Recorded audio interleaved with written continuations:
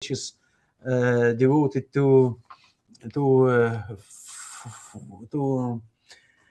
foresight application for business. Yeah, and our first presentation will be made by Dr. Melovatski from our university. So the floor is yours. Yeah. Are you with us? Yeah. Hello. Yeah, I'm here. Thank you. Yes. So So please, I can go share. ahead. I Yeah, can please share. share the slide and go ahead. So can you see the screen? Not yet. Yes. So could you make it full screen, please? Yeah, of course. Okay. Okay. So So Alexey, please go ahead. yeah, thank you very much for giving me a chance to present the results of my study. The topic of the study is analysis of changes in long-term development trends of oil and gas companies after shocks of 2022 and 2020. Also, this study, I proceed for my PhD dissertation, which I'm currently working on. So this is a great chance for me to show some results for other people and scientists. So first, I would like to show the current challenges and maybe motivation of this study. So the first one is that key technology suppliers like Schlumberger, Halliburton, and others partly left the Russian market, uh, which were really important for the oil recovery and for the oil production for our companies. The second point is that it's expected that by 2050, hard to recover oil resource will reach about 70% in total production, which means that our companies will need more technologies and different trajectories of development.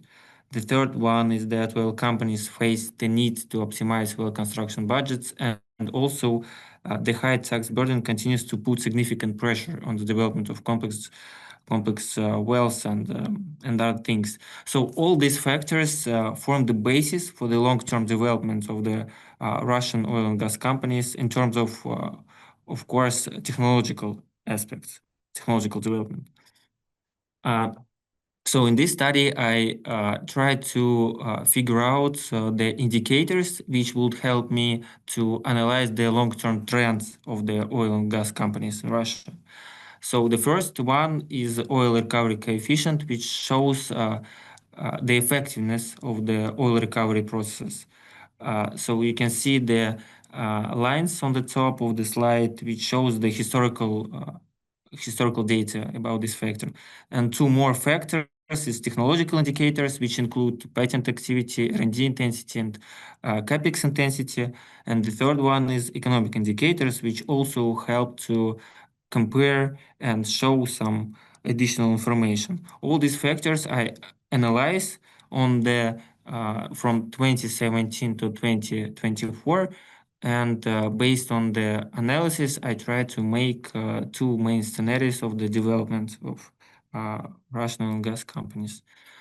About the literature review, I analyzed the key literature regarding the two crises, which I already mentioned, 2020 and 2022, and which is what is more interesting that these two crises were really had really significant impact on the financial performance and overall performance of the companies. But in case they had some specific features, and it is more important to analyze both these crises to see the full picture on how the companies react to the external impacts on them. So about the methodology of the study, I built a sample of 19 largest vertically integrated oil and gas companies from all over the world, from the main regions, from the period 2017 to 2024, as I said. I combined the financial data and calculated the key two indicators: patent activity, in technological, and economical. These two indicators were built on the specific financial or technological indicators like patent activity, R&D intensity, and others, as you see on the slide. The selection criteria for the data was the completeness, open access, all the necessary things to to pass the way which I did and to check to prove all the results. The calculation logic was built around the grouping methodology. I analyzed the data, I normalized it to the 0 to 1, because companies, if they're largest in the world, they anyway they have different different results and absolute numbers. But they anyways the largest one. So I normalized the data regarding the data set and aggregated different companies in different indexes. So the aggregation criteria was the region and the indicators, as I already showed you, the technological and economical. I grouped the data by two indicators, and these two indicators and the companies with this data of two indicators I grouped by different regions, which helped me to compare the results of these indexes and the data between different regions. Sorry, the information on the slide of the regions is not translated, but the data is shown to illustrate the Asian, Europe, Russian, and American indexes from the 2017 to 2024. So the study helped me to, the methodology helped me to see how Russian companies were, which effects they had on different, by different crises. The most interesting result is that in terms of profitability, in 2022, domestic companies lost their leadership. Domestic, I mean Russian. At the same time, there is a recovery trend in the 3-4 indicators, which you can see on the top of the slide. So in this case, Russian companies regained their leading position in 2024 due to increased technological factors. What it means? It means that due to crisis, due to some external limitations, Russian companies started to invest more in technologies which help them to stable their economic positions. And we can see some similar information on this slide too. So these graphics illustrate the results of the two aggregated indexes. On the left is technological indicators, or indexes of technological indicators, and economic indicator. So overall, in technology sector, technological indicators show that after 2022, the need for import substitution became a strong initiative, which led to increased investment in R&D. This helped me to analyze, to get this result, helped me R&D intensity indicator helped me to find out this thing. And the modernization, which led to a noticeable increase in the competitiveness of Russian oil and gas companies. Regarding the economic sphere, an analysis of key performance metrics suggests that until 2022, the development trajectory of Russian companies generally corresponded to global trends, and then probably there was a structural quirk. Overall, Russian oil and gas companies have probably demonstrated high adaptability to global challenges, and sustainability of domestic businesses may be related to their historical advantages of the first one, and the second, and the urgent need for the important substitution of new environment. So this means that external factors led and made Russian oil and gas companies to invest more in technologies, and this helped them to keep up the past trends, past economic effectiveness and maybe to keep it in the future. So based on the results, I tried to generate two main scenarios. The first one, the first one means that how everything would go if companies would stay on the current position, if they won't invest more in technologies and just keep up with the already made things, already made investments. And the second scenario is about the development. So regarding the scenario one, if companies stay on the current level of indicators, they will try to maintain their existing position. And this will finally lead them to much worse results than they have now because of the growing competitiveness and the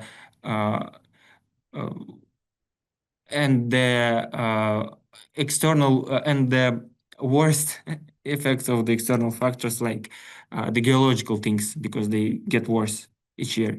But the second scenario shows that with an increase in the current rate of investment and the decrease of the effects of negative external factors, we can expect of the improvement of economic indicators, probably. So regarding the conclusion and discussion, I think what is more interesting is that the methodology and the indicators which I found can be used to analyze the future trends based on the analysis of current and the past data.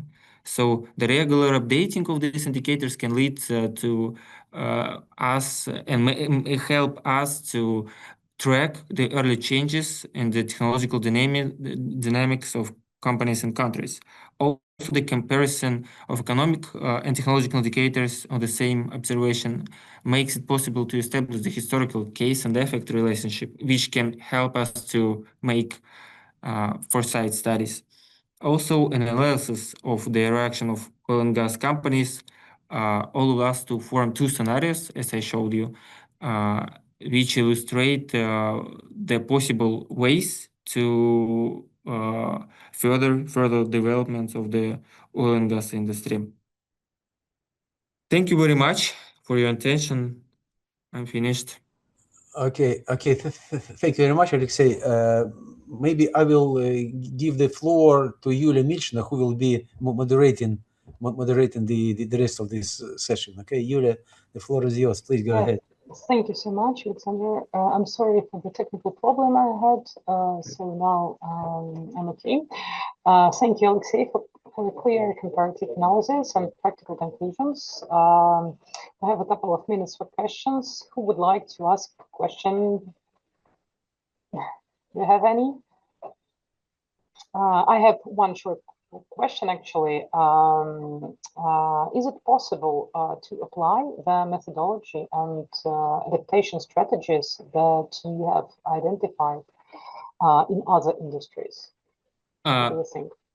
Yes, of course, because the data and the indicators I used in my study are they're not specific. They illustrate and they are built on the regular financial and other data. So these indicators can be used, but the approach to analyze the results, I think, should differ of the specific industry you try to analyze.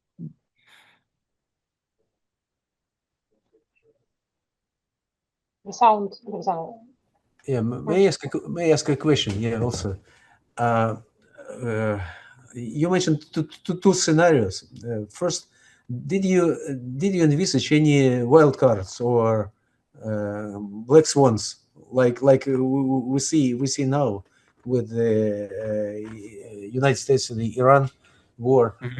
And under these conditions, which scenarios where we are in which of these two scenarios at the moment? Thank you very much for your question. It's a really interesting one.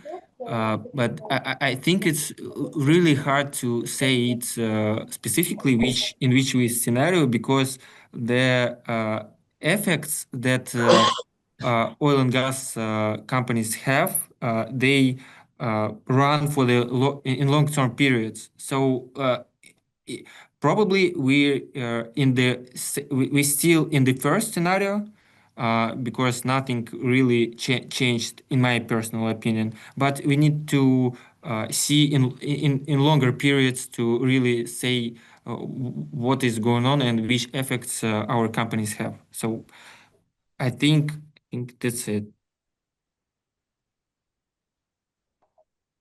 Thank you so much. Is there any questions?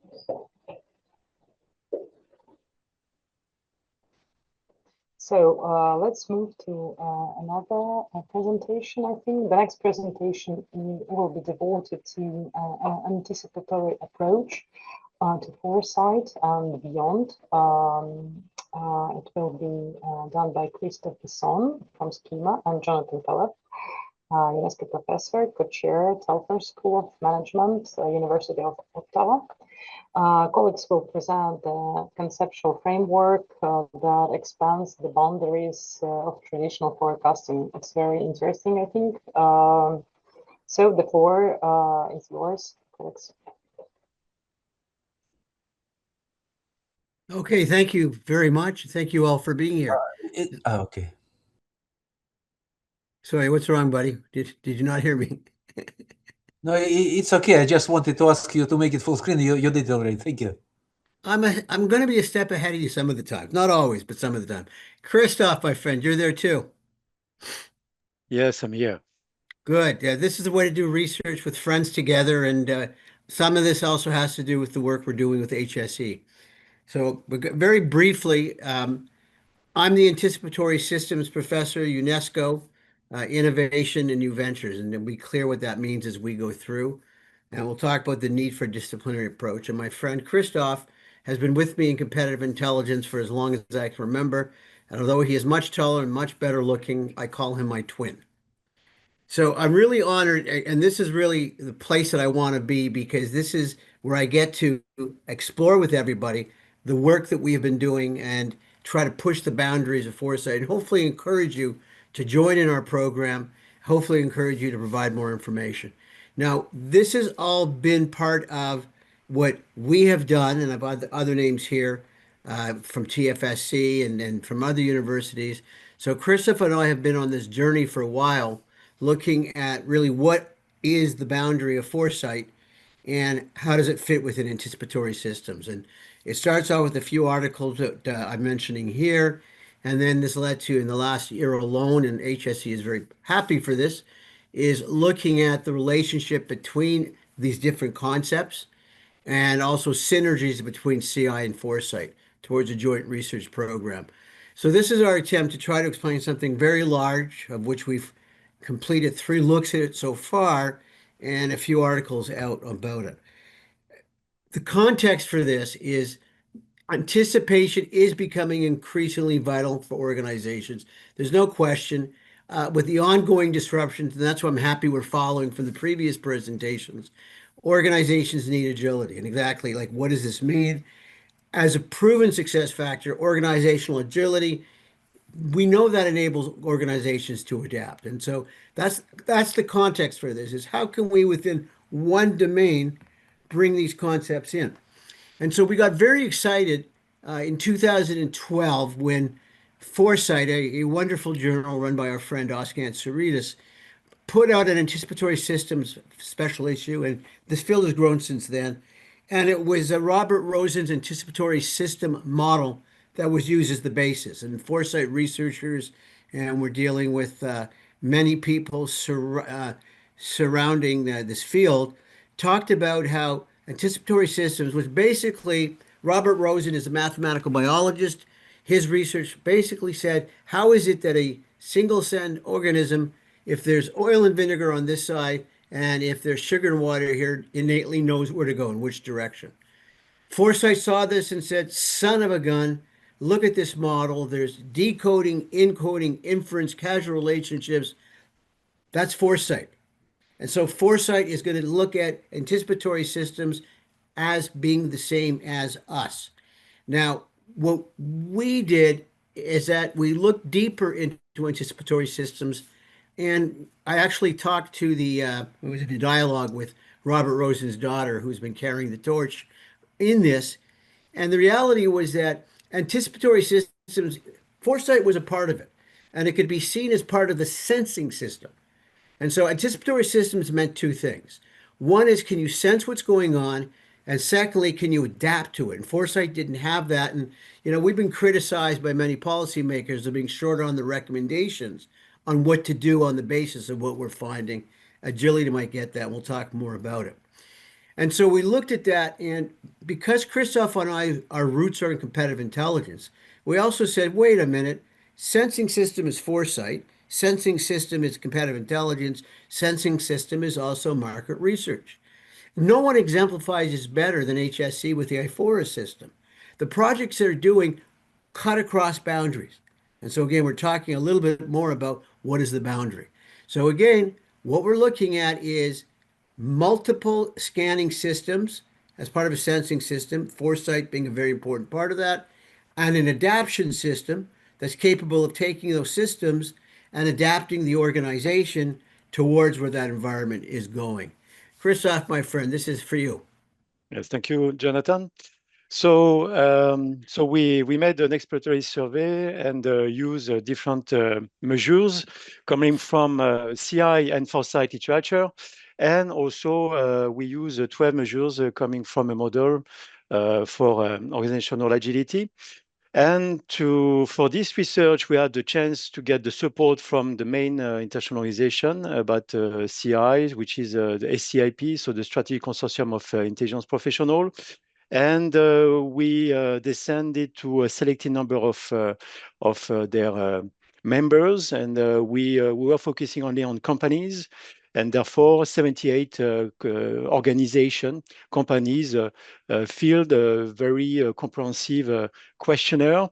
And the guys who filled the survey working in various types of organization, firms, and countries. And you can see here on the screen the 12 measures of the model from Lee et al. That was built in 2015. So you can see such as anticipate new business opportunities, adapting existing business models, quickly adopt the best practices used by others, and so on. So we had some question regarding the sensing and some others regarding adaptability. And then here we got inspired by some models of CI and also Foresight, because we have seen this convergence. And this is very interesting because we know, I know Jonathan for a while, and then at one point we saw that we came to the same level and to this level of convergence between CI and Foresight to provide augmented solution for organizations. So you can see two main models were inspired, which inspired us, such as Calof and al. From 2021, and also Orberg from the Foresight in 2018. And then we, at the convergence of the Foresight and CI models, we had 5 main measures. You can see 3 on the screen, so you can see how much information does your organization obtain from its own employees. Do your employees know to whom to pass information? And also about the tools and analytical techniques. And the 4th was about, is there a formal process in the organization? And the 5th, it was, is there any employee taking care of this work in your organization? Isn't it, Jonathan? So next slide. So you can see here, agility type, and also at the top of it, the sensing measures that I just mentioned. And then for that, we, since it was an exploratory survey, because based on the literature review we did, it was really the first time. For that, we used the Pearson correlation, which is quite adapted for this kind of research. And beyond that, of course, we were limited by the size of the sample regarding the analytical tools we could use, but Pearson was quite good since it was exploratory survey. So we used the the p-value to investigate how likely the null was true, and we set p at below 0.05. And we got very nice results as around 68% of the correlation was positive and significant, as you can see. Some of them in bold on the screen regarding on the left some metrics for the agility, such as adapt to existing business model, quickly adapt to the best practices, and so on. Next slide. So therefore, as also Jonathan introduced a bit before, so until now, CI and Foresight were ignoring the need for adapting as a result of this anticipation. And we also demonstrated further the convergence between CI and Foresight under the anticipatory system.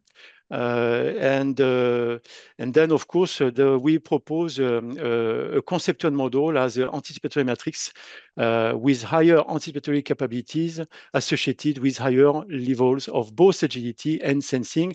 And therefore, we strongly suggest for both industry and government that they need to look at these both measures as anticipatory system. Okay, now thank you, my friend. This is how a field grows. So Christophe and me are sitting at a conference, we're talking about this, and we're going, wait a minute, I think we missed the point. We saw a relationship between those two variables, but who cares, right? And the question we asked, and that's why we did the matrix, we said, can we actually see organizations that are high, low, and how do we classify them, and what does it mean? And so again, this is preliminary. This is an early stage of a developing field. We are grateful that we've been able to get so many articles in top journals, but we'll talk more if there's time about where to push it. And so what we simply did is we took the data from the study and we said, can we identify quadrants? And my basics as strategy professors were 2x2, 3x3 matrices. If I can't put it in a box, I got a problem. And the answer was, yeah, you actually can. You can actually see organizations that have varying level. But again, back to Christophe and I, and when I was telling people earlier, we get together over drinks. The best research ideas come together when you're drinking. Doesn't have to be alcohol, with friends in nice conferences. And I can see by the smiles you agree. And so here was a simple test. We had data because I was part of the largest study in corporate failure in the history of corporate failure, where we looked at the largest company in Canadian history, Nortel. It dwarfs anything we've had up to that point. It was fast rising, and then it died. And the question was, based on the study we did, and in this study, we interviewed all the CEOs from 5 CEOs in the time period of it going to up and down, 50% of all the key officers, all key customers, everybody at the C level, 50% of the director level employees. This is the most comprehensive study, as I said, ever done. And so the idea for Christophe and we're going to be pushing this even further using some analytics, was to look at what we had captured. And we looked at the study and I went, hey, you know what? We got agility measures in here. And that's the decision makers' cognitive factors. And we've got some internal relationships that give you agility. One of them, by the way, was something called the cloud, and that's customer relationships. The agility is that if the customers really love you, and you can think about Apple, then whatever you do, they're going to buy it. They're going to buy into it, no matter how crappy it might be. And then the sensing capability, and this really pushes our model far, is that we saw the classic foresight competitive intelligence, and then we saw informal capabilities, such as they had something called Bell Northern Research, which was the foresight part of the organization, defining the long-term future of the industry. And then we noticed there's internal systems that be able to give you a read on the external environment. So we were coming up with measures on every one of these things to try to track the evolution of Nortel. And so this is kind of the framework we put in, where we have agility, is the external environment changing, and then the resilience part, which is agility and sensing. Now, I'm not going to go deep into the study because that's not the purpose right now. The purpose is to say, does the model work? And the answer was, boy, did it work. When sensing was high and agility was high, they were high performing. They were number one in the industry. They were growing with a bullet. When they started going into decline, and I'm going to talk about this in a second, 97 to 201, they were cutting out agility, believe it or not, and sensing so they could faster respond to the market. So there were many things, including CI and Foresight, that were changed because they were slowing them down with this rapid rise. And then from 2002 to 2004, you're moving towards really low agility. And they started kind of trying to increase sensing, but it was too late. Now, the thing was, in this study, which is the same as biology, there's no question what Christophe and I were proposing comes through. What also came through, and again, this is why I love case-based research, there's a lag effect. Obviously, when you drop your sensing down, it takes a while for you to figure out you have no idea what's going on. The market's growing, you don't know what's going on, but you got orders in the books, and then your lack of responsiveness starts hitting you. So we saw about a 1.5 year lag in terms of what's going on. And by the way, if you want to know how bad the sensing was, in one senior meeting between all divisional presidents and the CEO, one of the presidents said, "We haven't had a sale in 1.5." And the president said, "That's not bad, 1.5 weeks." He goes, "No, 1.5 years." And that's because the system couldn't keep up with what's going on. So there's no question what we're proposing, at least in this limited frame, works. There's clearly a relationship between agility and sensing, and that follows through, at least in a simple case study, in an organizational performance context. It's common sense and it's logical, but I'm glad by combining the fields, we saw the same thing in a major case study. Christophe, why don't you check with the future studies, because as academics know, you don't get away with doing what we just presented and say, ta-da, give me lots of awards. Yeah, so we plan to move forward, and also we make a call for further research about these future studies by expanding the model, because we use 5 measures of CI and Foresight, and also to expand the anticipatory elements by including market research, for example. And also, as emphasized, our research was explanatory,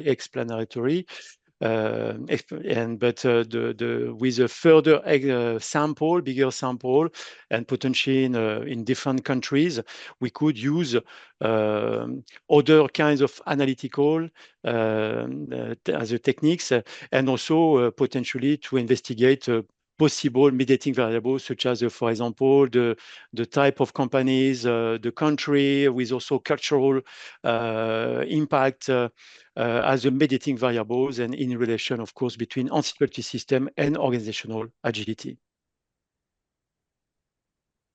Okay, so I'm going to leave it at that for now, because I know we're at the end of our time. I will tell you that, as you make these presentations, people raise their hand and say, "I'm going to help." Rene Rohrbeck, a gentleman, a friend, a wonderful guy, has said, "Use my new maturity instrument." And then another professor in Morocco said, "Hey, you can use my marketing and market research maturity instrument."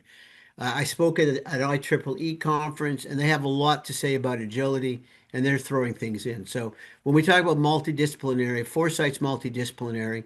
This is even broader than that. As I said, we're extending the barriers. HSC is doing it. And Christophe and I are committed to trying to push this in a much bigger, stronger way. So I thank you for your time and your attention. And hopefully we actually get together soon. Any questions? Thank you so much, colleagues, for your extremely interesting research. Very, very actual topic. Any questions from the audience, please?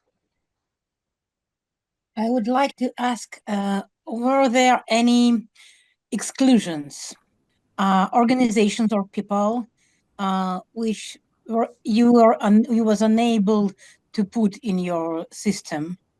Were there anything out of that?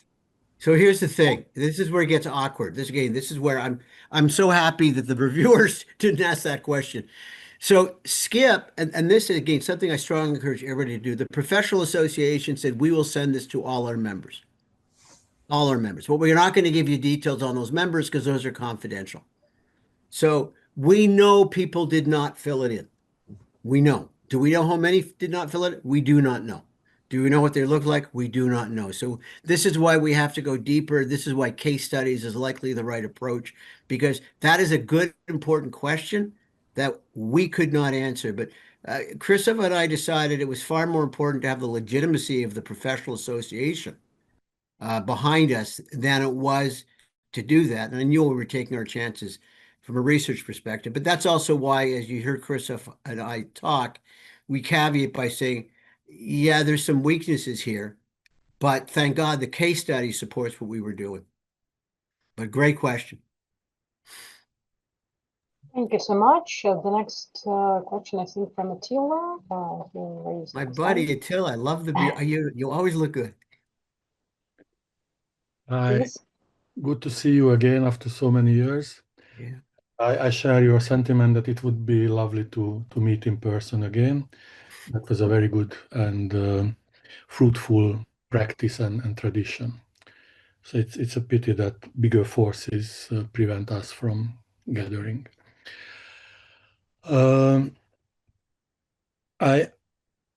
It was very dense, so I'm pretty sure that I wasn't able to digest.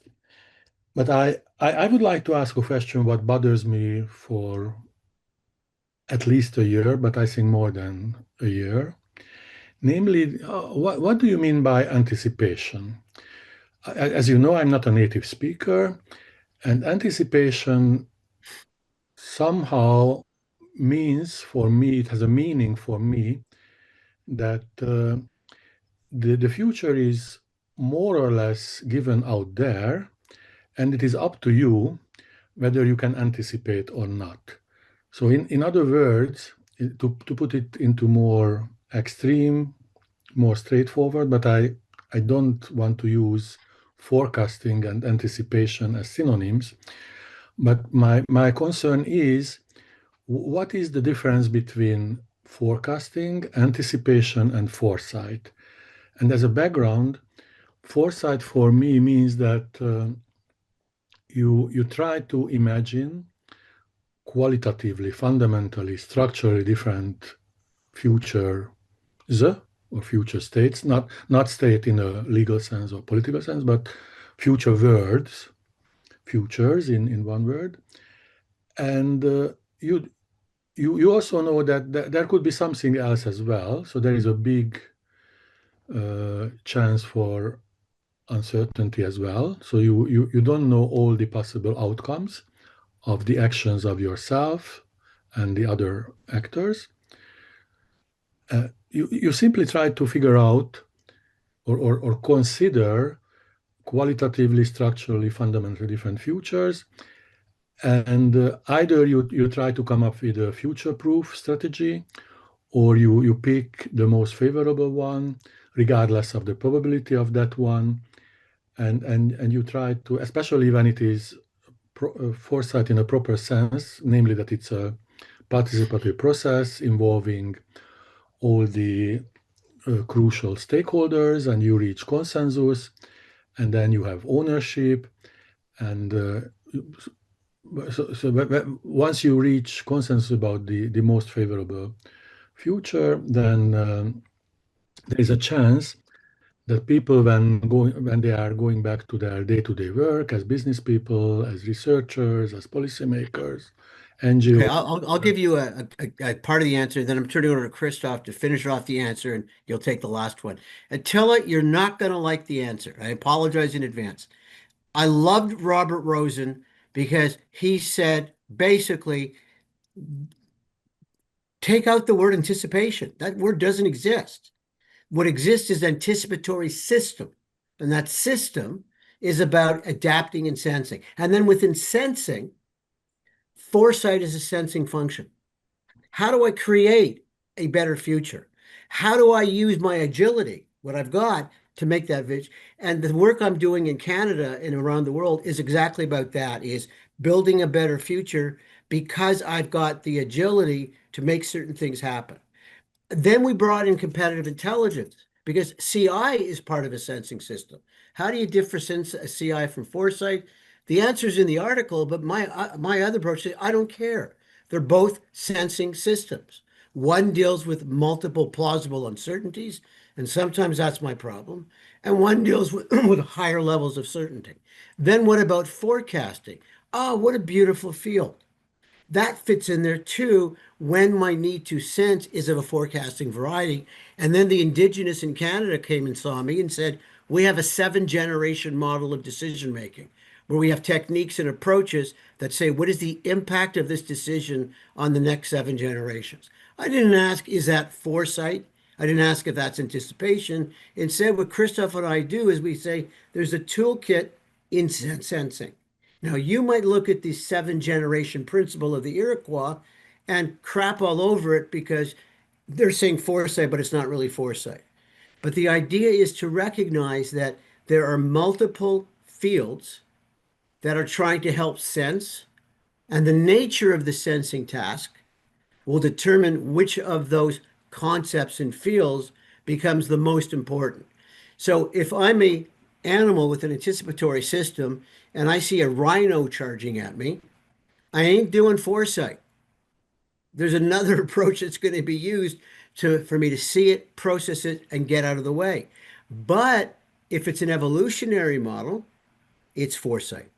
I mean, this is why I love what Christophe and I are doing is we're accepting the questions like you've got, but instead of saying, I'll tell you what the difference is, I'm saying, no, you're right. And I'm going to end it by saying, Riel Miller and I had a nice coffee in Ottawa the other week. And those of you who know Riel and me, our fathers were best friends. So obviously we're family. Riel said, Jonathan, you're going to hate me because I got a new model. And it's for dealing with absolutely no way you can figure it out. Okay. And I said, Riel, I love you. He says, I know you do. You're my brother. I said, no, I love you because you've now given me another concept to put into that sensing toolkit that says sometimes what you're looking to do requires this approach. So I can give you the technical difference between those words. But instead, what Christophe and I are doing is saying, don't care. Anticipatory systems, which foresight bollocks off by saying it's the same thing as foresight, which it is not. We're saying, yeah, foresight is a part of that system. Christophe, you want to wrap that one up? Because Attila is one of the brighter guys in our field. Yes, and also about foresight. So it's not only qualitative and it's to sharpen the possible futures. And then, of course, for that, you can use qualitative and also to some extent, some quantitative techniques. Forecast, of course, is much more precise. And the convergence between the two concepts are also quite interesting until it helps us to better sense and to better anticipate. And that's it. So I think this is very important to have these cross boundaries, to go beyond this limitation. And we do need multidisciplinary approach, and I must say even undisciplinary, to go further. Thank you, my friend. Thank you, colleagues. Thank you for diving into the nature of foresight. I think we are quite running out of time. Maybe we will continue. Or Alexander, I think, had a question. Alexander.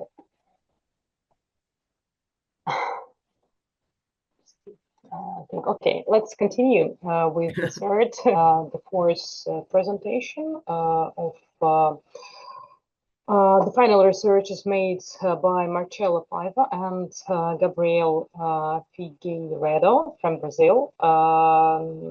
It will be about climate intelligence in the BRICS context, a foresight approach. Colleagues, are you ready to present? Here. First of all, it's a pleasure to be here on behalf of CGE, together with my colleagues, Gabriel and Cesar.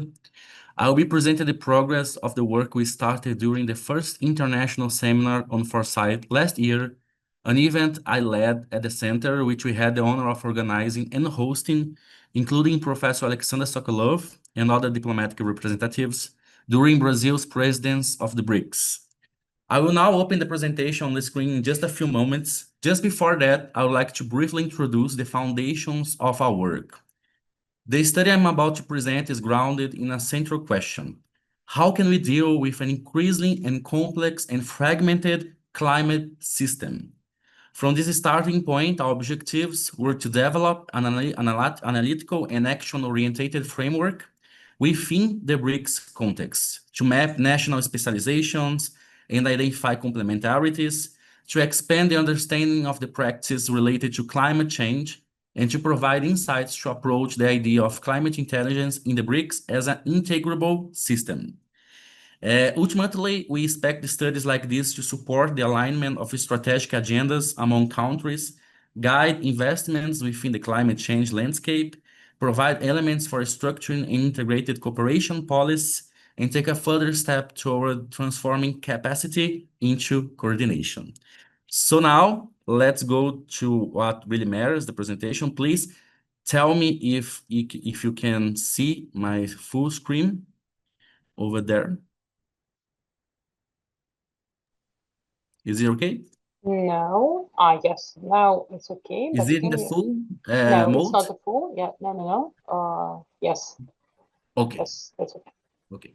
Thank you. So this is something that we started last year here in CGE. I believe that Alexander Sokolov and other people who might be here can remember that we started an activity in Foresight field that was attempting to understand, anticipate, and to assess impacts of climate change under the BRICS bloc. So it's something really fuzzy to approach this field because it's a really, how can I put, it's a really complex field of studies, the intelligence, the climate intelligence. So we tried to gather all the information we could, listen a lot of specialization people here in Brazil and abroad, and we came into this understanding that the climate intelligence field is somehow composed by earth science, analytical and computational technologies, and also the transition for digital technologies and energy itself. So this is something that we took a lot of time to create this understanding of what we can see as a climate intelligence. And then after that, we get into the database of science production to understand the flux and the movements of each country of BRICS in this field. So you can see here that it's increasingly on expansion field. It starts from 5,639 papers in 2022 to achieve 11,721 in 2025, which corresponds to 36.6% of the whole field in the world arena. And you can see that this field is led by China, and then by USA, followed by India, Germany, England, South Korea, Canadian, and we put Brazil there that occupies the 15th spot on this competition, on this science competition related to the climate change. Forgive me, for climate intelligence. And the first question we made ourselves is which part of this global production represents the BRICS efforts? And we could see that it's a huge amount. You can see right here that 54.5% of global production is somehow related to at least one member of BRICS countries in the paper as an author. And also this field from the BRICS perspective increased a lot. It comes from 2,830 articles in 2022 to achieve 6,809 in 2025, which is related to 39% of the full data set from BRICS articles. And you can see that if China led the first scenario, the global scenario, China is highly the first actor when it comes to the BRICS field. In our block, China is still the first leader of the intelligence of climate intelligence, followed by India, USA, because we are also counting here the cooperations from other countries, the Saudi Arabia, Iran, England, Brazil, Australia, Egypt, Germany, Canada, Russia, Pakistan, and so on. So this is the first overview of the BRICS production when it comes to climate change, climate intelligence. And now I'm showing you how it behaves when you follow the data corresponding to the fields. So it's really impactful that all the fields that I just put it here on the graph, the BRICS block represents up to 50% or more from these areas, from these fields. But still, if you see to the right graphic here on the screen, you can see that China is still the leader in each field. So if we drop out China, we can see a huge difference when it comes to the block itself. And I think the most sensitive case here is remote sensing, that you can see that there is an abyss between the BRICS with China and the BRICS without China. So that put us in front of a new challenge, that is how we can turn this hot field in something that can be an integrative system that put all the countries to cooperate together towards a global challenge. So something that we did here in CGE under my leadership is to identify the scientific competencies of and thematic specializations from each country that is composing the BRICS bloc. So it took time. We need to get all the information and then to use some AI tools to really break down the information, because it's a lot of articles somehow indexed on the Web of Science system. But this is something that we are really proud of, because even though it took time, we are strongly comfortable to mention that this is the the hottest practice that each country has when it comes to these databases that we deal here in CG. So you can see that the main competencies on China is related to predictive models for solar and wind energy, urban optimization, Earth observation, and extreme event monitoring. India, differently, has a lot of great competencies when it comes to water resource management and sustainable agriculture.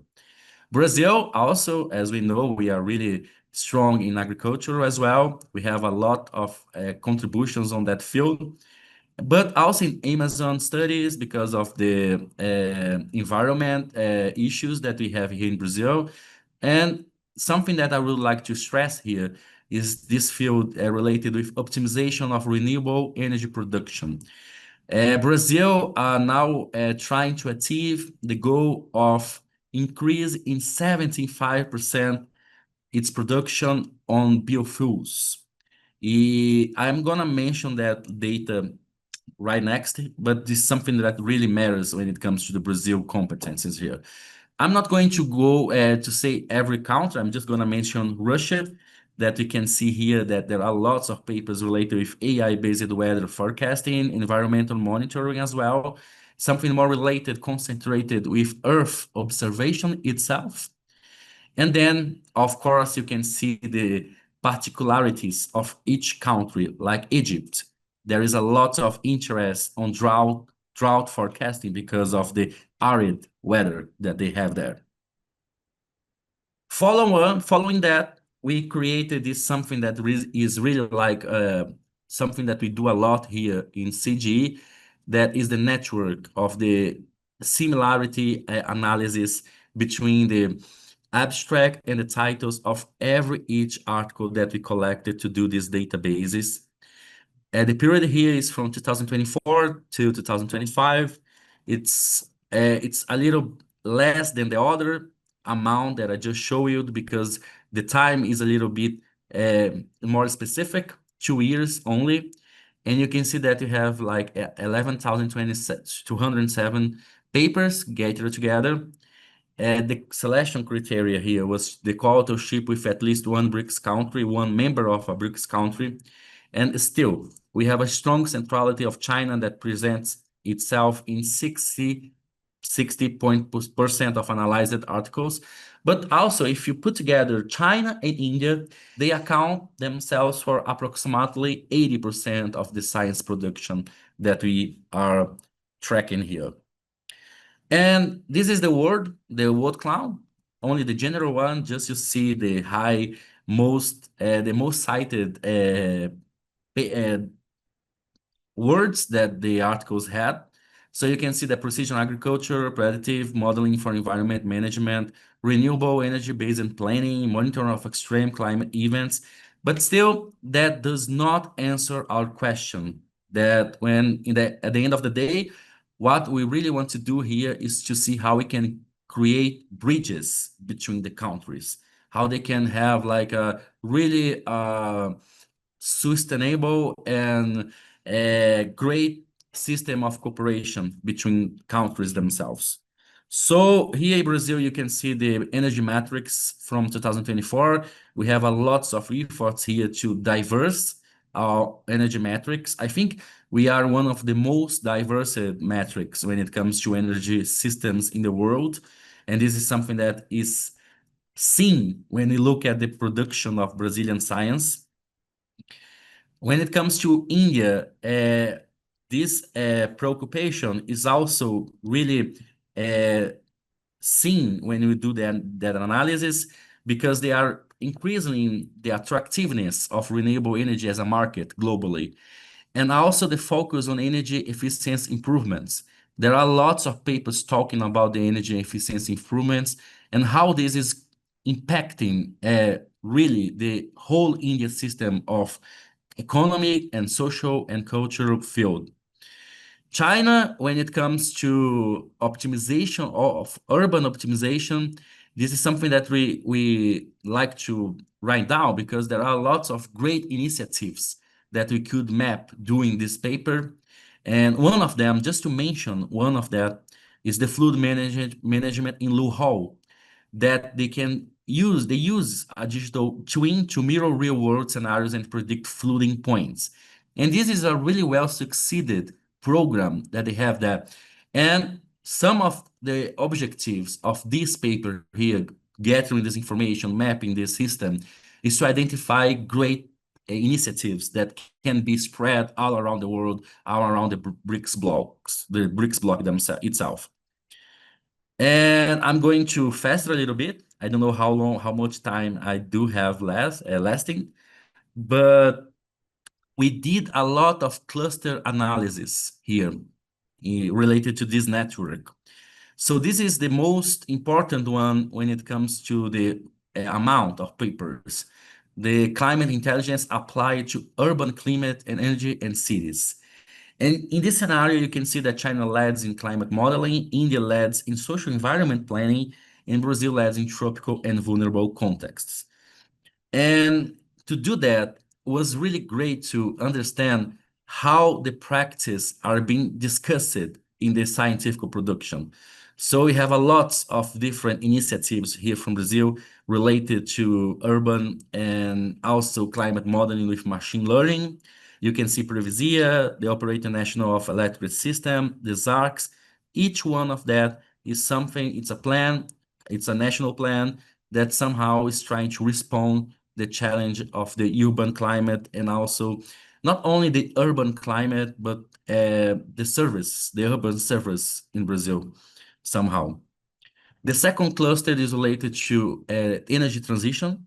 This is something really important in that field.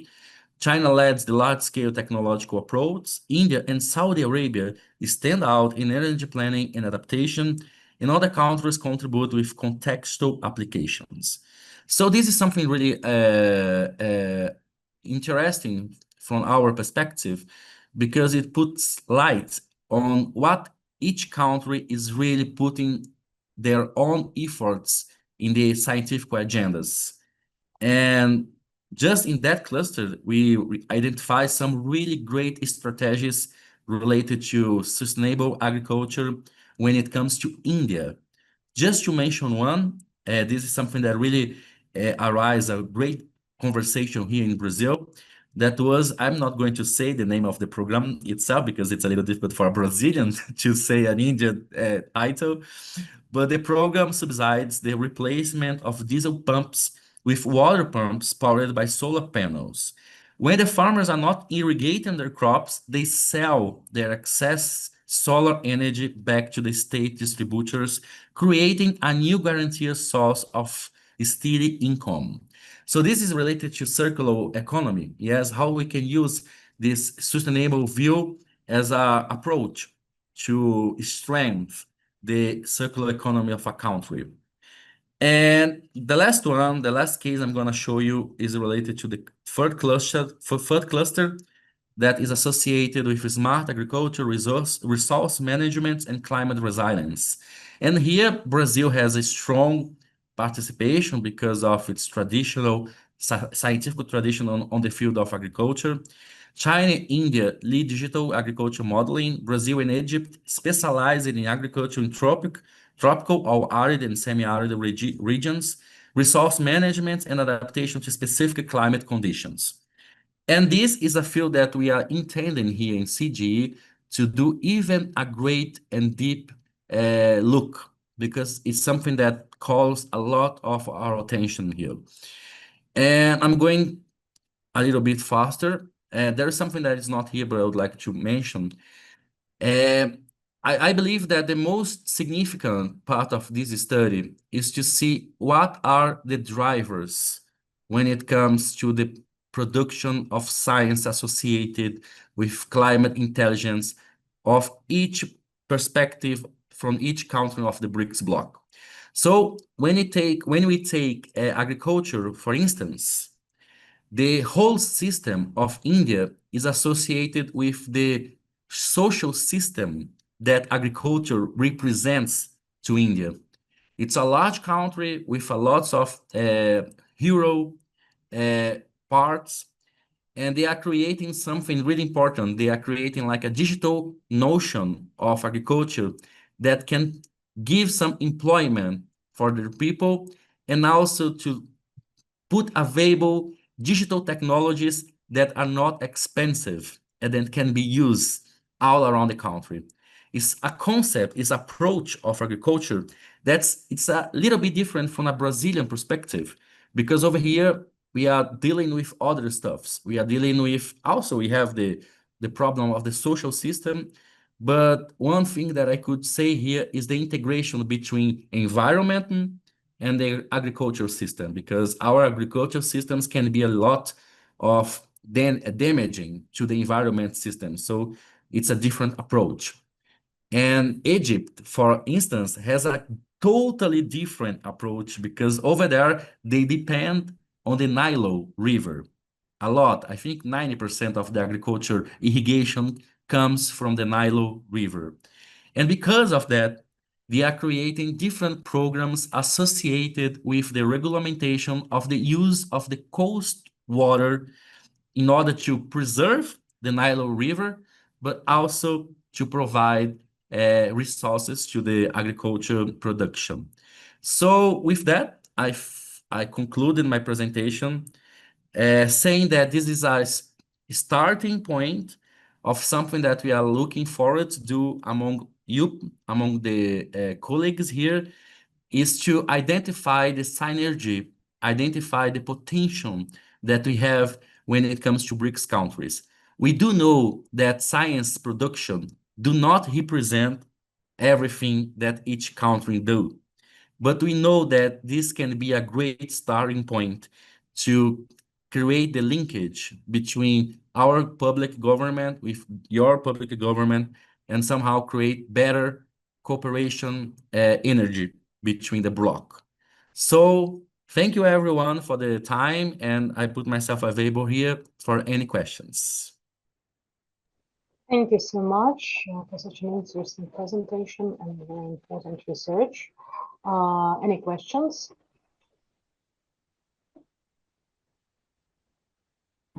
So I have, of course, okay, Blini, Stephanie, please, yeah. Okay, thank you so much. Hello, Marcelo, Paiva. Thank you for your presentation. I have a concern. You have talked a lot about the experiences of China, of Brazil, and so on, India. How can African countries benefit from these experiences in order to improve, okay, the issue of climate change in their countries? Thank you so much. Thank you. If I understood well, you are asking me about the African countries. How can we put them together in this strategy?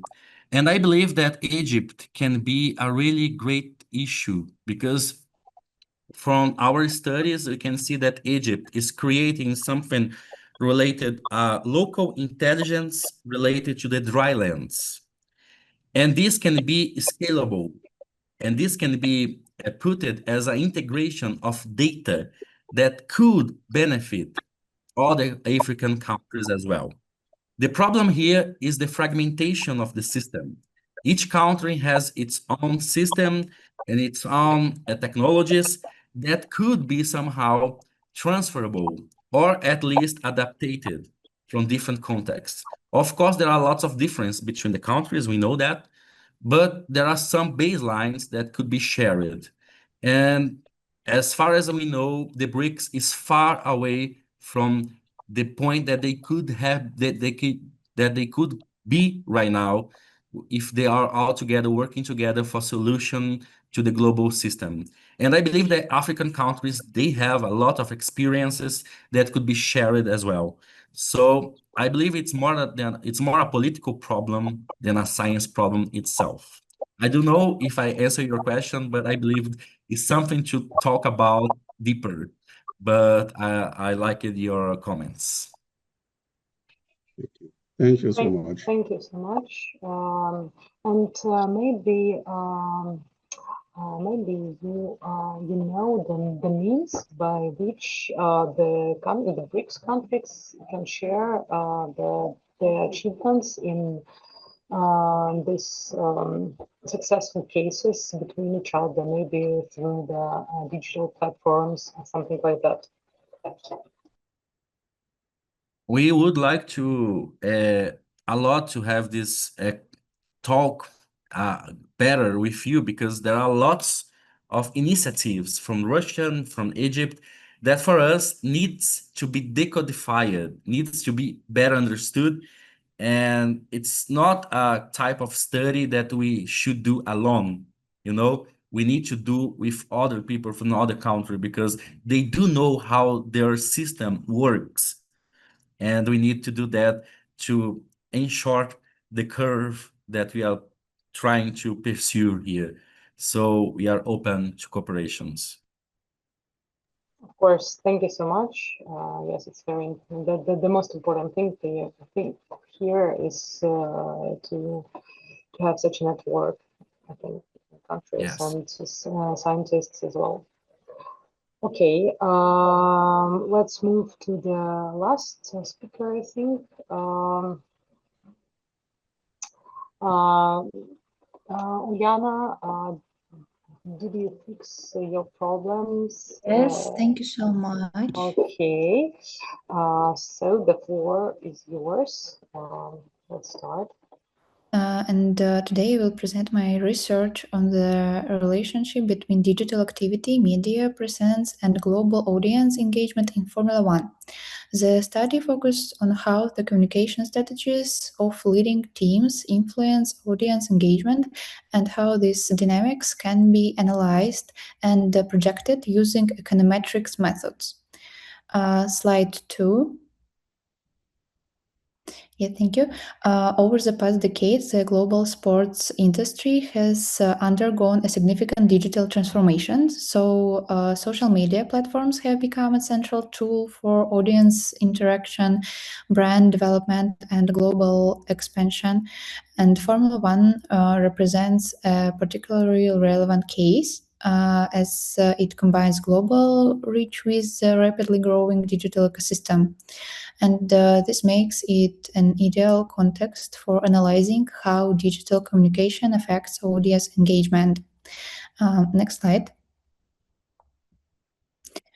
Despite the growth of digital sports ecosystems, there is still limited empirical research applying econometric modeling to the relationship between digital activity and audience engagement in Formula One. Existing studies mainly focused on fan behavior, marketing strategies, and platform analytics. However, fewer studies attempt to quantitate these relationships and model them in a predictive framework. So this creates a research gap that this study aims to address. Next slide. So this study addresses three main research questions. And the first one is to what extent does digital activity influence global audience engagement in Formula One? How does media present amply the effect of digital communication strategies? And can econometrics models be used to forecast future engagement scenarios based on digital activity patterns? Next slide. Yeah, so the empirical analytics is based on data from 2018 to 2024. The study focused on three Formula One teams, Ferrari, Mercedes, and Red Bull Racing. The dependent variable is global audience engagement measured through cross-platform interaction dynamics. The independent variables include social media engagement rate, posting frequency, follower growth, media coverage, intensity. The dependent variable is the Global Audience Engagement Index, constructed from interaction across platforms, content reach, and audience growth. And control variable includes race performance and season effects. Next slide. Yeah, thank you. So that is the formula. To estimate the relationship between digital activity and audience engagement, I use a panel regression model. This model is appropriate because it analyzes multiple teams over several years, computing both differences between teams and changes over time. The model can be expressed as engagement when we take the start point and plus digital activity, where IT is I represents the team and T represents time, plus media presence, plus performance, and some race effects and etc. Next slide. Yeah, so the results show that digital activity has a statistically significant positive relationship with audience engagement. Media presence further amplify these effects, and at the same time, team performance also plays an important role, but doesn't fully explain engagement dynamics. This suggests can communication strategies have an independent and measurable impact of audience behavior? So next slide. Yeah, and unfortunately, because we don't have special data in Formula One, because it's under the secret, so I can say only three scenarios were simulated. The first one is baseline scenario, moderated digital growth. Second one is accelerated digital strategy, increased investment in content and digital platform, and digital stagnation, minimal changes in communication strategy. Next slide. Yeah, thank you.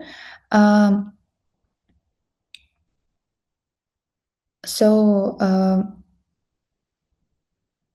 why I decided, in addition to the sporting relevance, these three teams were selected because they represent different models of brand communication. Ferrari reflects a legacy-driven brand with strong historical identity and a loyal audience. Mercedes represents a performance-oriented premium brand associated with sustained competitive success.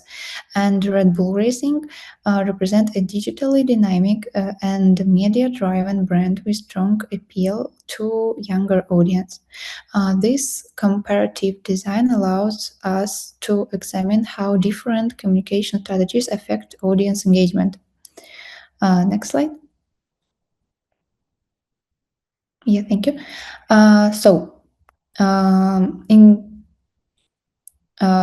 In an illustrative explanation scenario, projected audience engagement may exceed the baseline, I think, trajectory by approximately 15 or 20% over a 5-year horizon, while under reduced momentum, the growth remains significantly lower. These projections are scenario-based and reflect different strategic trajectories rather than fixed outcomes. Next slide. So, in conclusion, this research shows that digital activity and media visibility are key determinants of global audience engagement in Formula One. Using econometric modeling and scenario forecasting, the study demonstrates that strategic digital communication can significantly expand the global reach of sports brands. As the sports industry continues to digitalize, understanding these dynamics will become increasingly important for both researchers and practitioners. So, next slide. Thank you for your attention. So, dear colleagues, let's move to the end. I think I would like to know how diverse the context of the application of foresight we discussed today, from corporate strategies in the resource sector and digital marketing and sport to the international climate agenda and the nature of the foresight and forecasting and how to anticipate the strategies and in the conditions of in high in very unpredictable conditions. So one thing I think that unites all the presentation that the transition we should transit from the reactive management to proactive, data-driven, scenario-based thinking and institutional analysis.